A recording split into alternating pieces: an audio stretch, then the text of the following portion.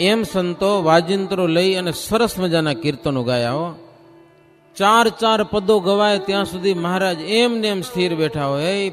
દિવાળીના બધા કીર્તનો બોલાતા હોય. મહારાજ બેસી રહ્યા. પછી તો રાજા શ્રીહરિની ફૂલના હાર પહેરાવ્યા મહારાજને.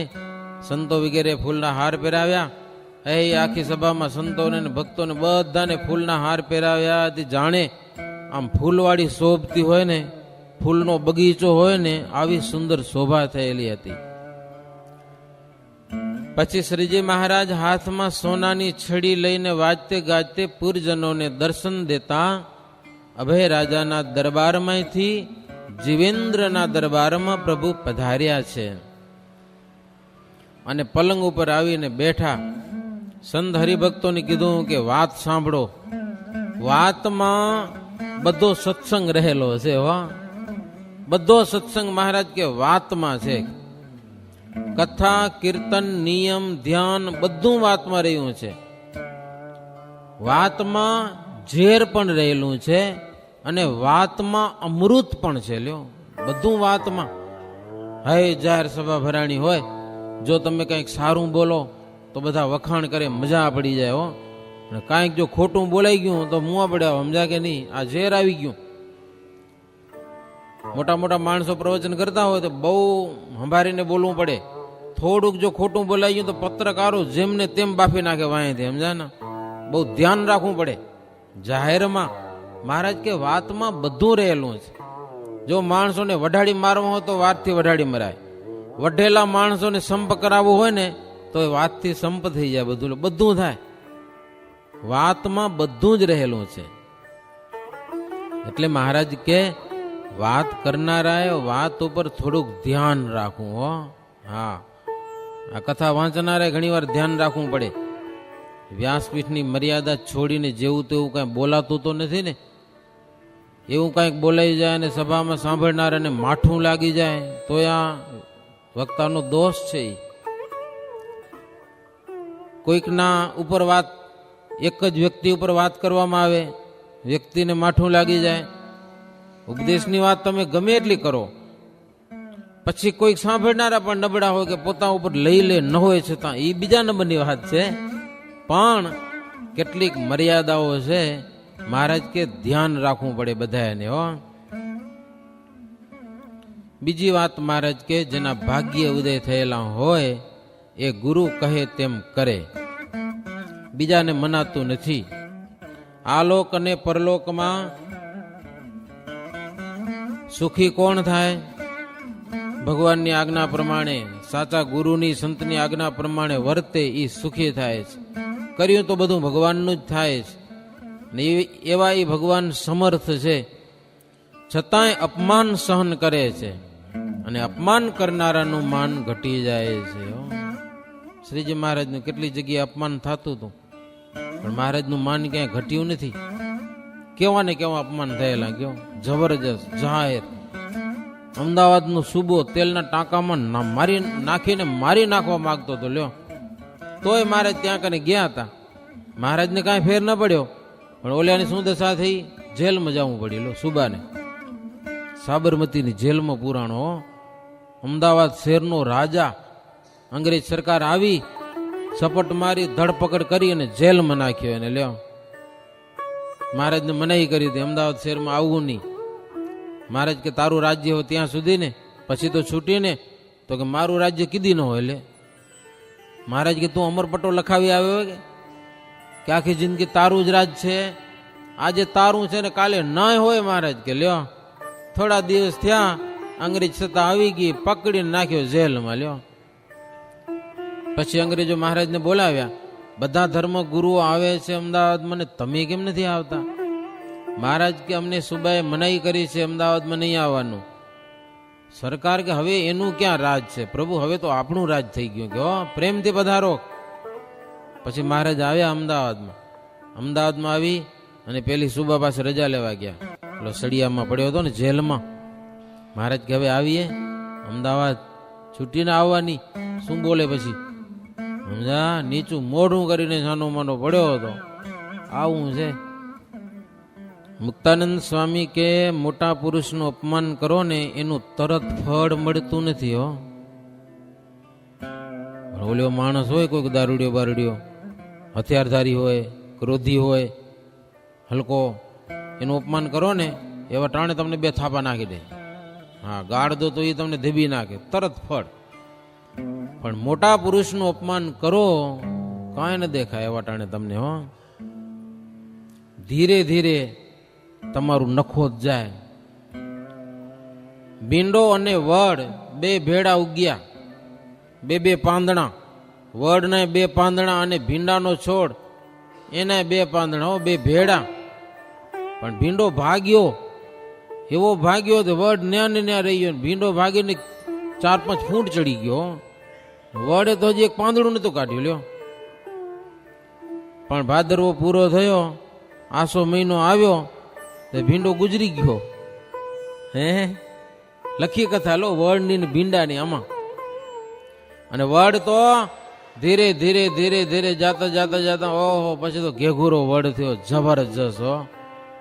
લીલો છમ છાંયો કરે, એના નીચે ઓટા બનાવાય, હજારો માણસોને છાંયો આપે. મહારાજ વનમાં ફરતા હતા, હે મોટે ભાગે વડ નીચે ઉતરતા હો. ઉપર વડનું ઝાડ, એના નીચે મહારાજ ઉતરતા. ધીરે ધીરે વધે, ધીરે ધીરે. ભીંડાની હારે એ ન હાલે, વડનું ઝાડ છે એ ગમે એટલું પાણી પાજો, ખાતર નાખજો, પણ નહીં હાલે.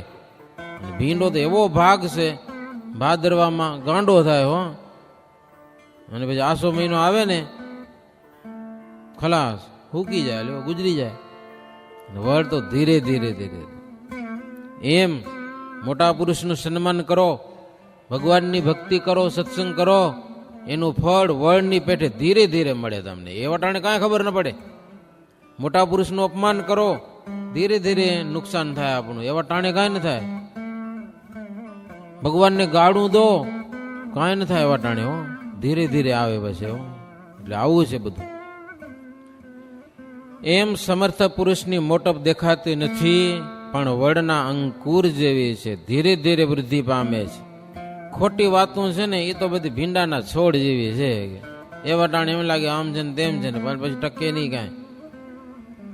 એટલે મહારાજ કે આપણે સત્સંગમાં ધીરજ રાખવી, વડના ઝાડ જેવા થવું, ઉતાવળા બહુ થઈ જવું નહીં. હા, જેમને તેમ બોલી નાખવું નહીં. બે શબ્દ બોલવામાં પણ બહુ વિચાર કરવો. કોઈકને દુઃખ લાગી જાય એવું ન બોલવું ક્યારે. વડના ઝાડ જેવા ધીરજશાળી થાવ. આજે થોડું કામ છે તો કાલે સારું થઈ જશે. વાટ જુઓ 2 દિવસ, બધા અચ્છા વાના હો જાયગા. મહારાજ બહુ સરસ મજાની વાત કરે છે. અસત વાતું છે તો ભીંડાના છોડ જેવી છે. એટલે ધીરજતામાં અપાર સુખ રહેલું છે. દરેક વાત સિદ્ધ કરવામાં પ્રથમ શ્રમ તો કરવો પડે હો, વાટ જોવી પડે. પછી ફળ આવે ત્યારે અપાર સુખ થાય. અનાજ મેળવવું હોય તો મહારાજ કે ઘરનું અનાજ પહેલા તો જમીનમાં નાખી દેવું પડે હો. ઘઉં કે બાજરો કે મગ કેવી ઉત્તમ કિંમતના હોય, પણ ખેતરમાં તમને એકવાર તો નાખી દેવા પડે. નાખી દેવા પડે અને પાછું ઉપરથી પરિશ્રમ કરવો પડે. પછી જ્યારે અનાજ પાકે ત્યારે આનંદ થાય હો. ગાડા ભરાય, ગાડા હાય આમ ઢગલો થાય. પણ એક ચોટ તો તમને ખર્ચો કરવો પડે, નાખી દેવું પડે. તેવી રીતે મોક્ષના ફળમાં એમ જ સમજવું હો. એક ચોટ તો તમને હરિભજન કરતા જાવું, બસ ઢગલા ઈ મોડા થશે, ફળ મોડું મળશે એનું. એવી રીતે મહારાજ દિવાળીનો ઉત્સવ ઉજવ્યો ગઢપુરમાં, અભય રાજા અને જીવેન્દ્ર રાજાના બંને દરબારમાં. પછી અન્નકૂટના દિવસે સંત હરિભક્તોની સાથે શ્રીહરિ ઉન્મત્ત ગંગામાં સ્નાન કરવા માટે ચાલ્યા છે. સ્નાન કરી જરિયાની વસ્ત્રો મહારાજ ધારણ કરેલા છે, સોનાની છડી વગેરે ધારણ કરી સવારી લઈને પૂરમાં આવ્યા છે. હરિભક્તો કીર્તન બોલતા હતા.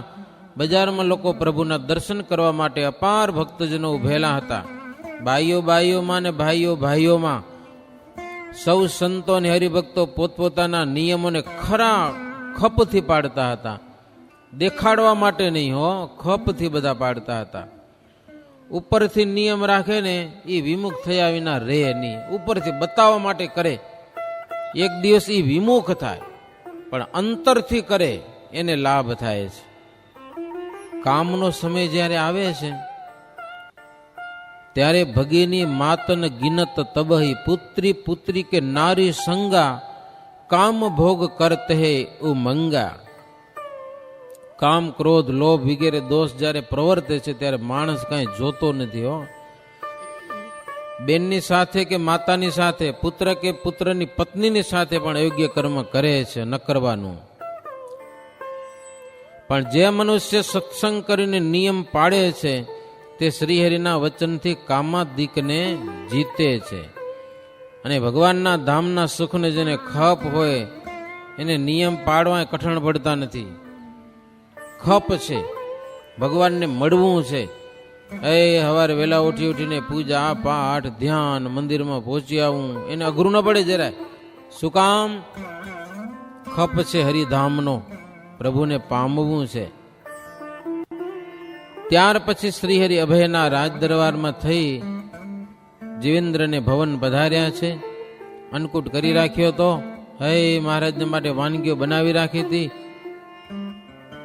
શાકભાજી, રાયતા, જાત જાતા મઠ્ઠા, શ્રીખંડ, દૂધપાક, બીરંજ, વડા, ભજીયા, અથાણા વગેરે અનેક પ્રકારના ભોજનો શ્રીહરિ જમ્યા છે. દરેકમાંથી ગ્રાસ લઈને શ્રીહરિ જમ્યા, મુખવાસ લીધો, પછી પાટ ઉપર બેઠા. જીવા ખાચરના ભાઈ હતા મૂળેન્દ્ર કરીને, અને એનો અન્નકૂટ હતો. તેમણે શ્રીહરિને કેસર ચંદનથી પૂજન કરેલું છે. પછી સ્તુતિ પ્રાર્થના કરી મહારાજની. મહારાજ, તમે જેને જેને મળ્યા છો તેને માયાથી બચાવ્યા છે. દેહ અને દેહના સંબંધી અને જગતના પદાર્થ માત્ર એ બધી માયા છે પ્રભુ. તમારા સંત અને હરિભક્તનો તમારા પ્રતાપે એ બધા માયાને તરી ગયા છે. સંતો ભક્તજનો, અમારા ઉપર પણ પ્રભુ તમે કૃપા કરજો કે માયાને તરી જાય. માયા અમને નડે નહીં.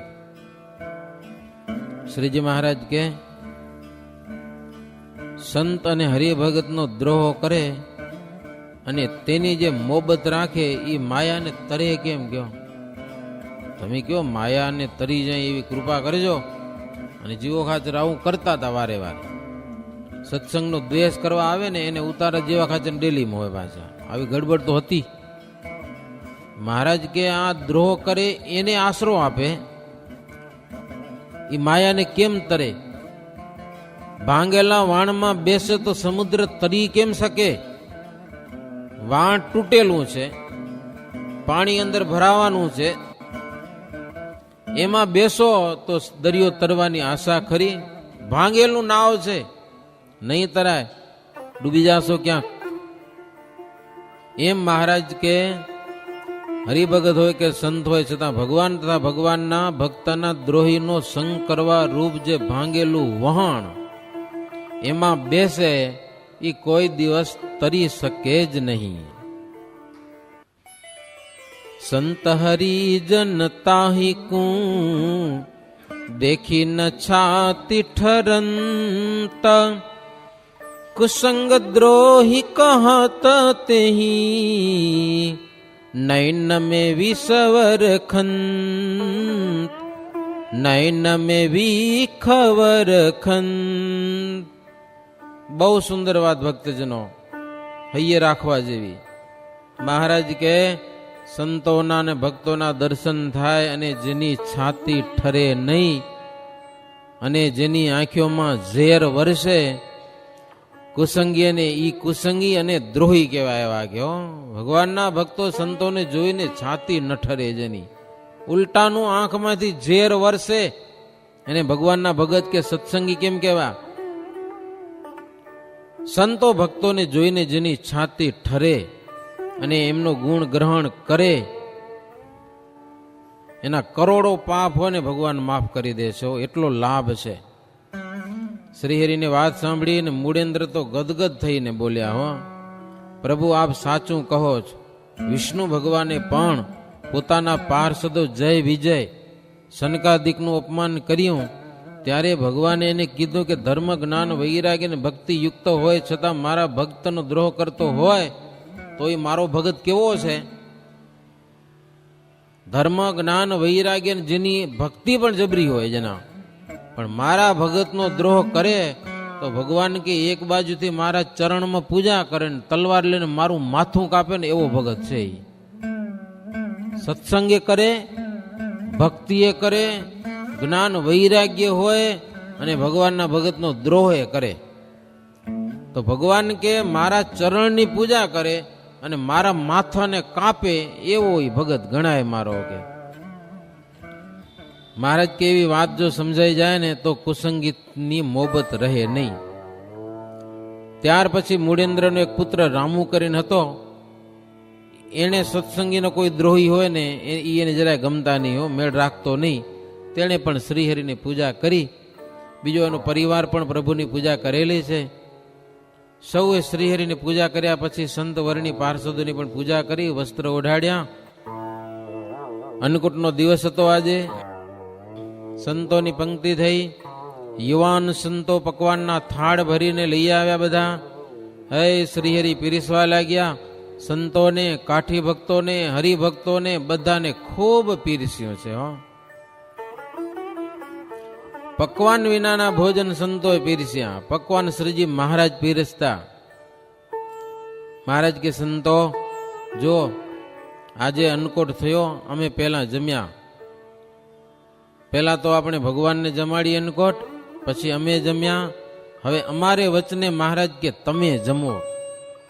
દરરોજ તમે અન્ન મેળવી પાણી નાખીને જમો છો, પણ મહારાજ કે આજે અમને અમારી એવી ઈચ્છા છે કે બધું ભેળું કરીને પાણી નાખીને નહીં, પણ નોખું નોખું જમો. કે સંતોને મહારાજ એવું કીધું.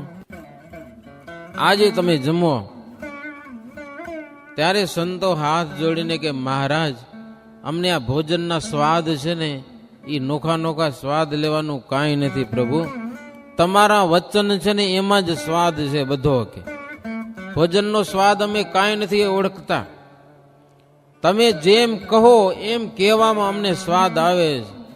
મહારાજ કીધું આજે અમે એમ કહે છે નોખું નોખું જમવું. સંતો કે ભલે એમ લ્યો. ન નાખ્યું પાણી મહારાજની આજ્ઞાથી.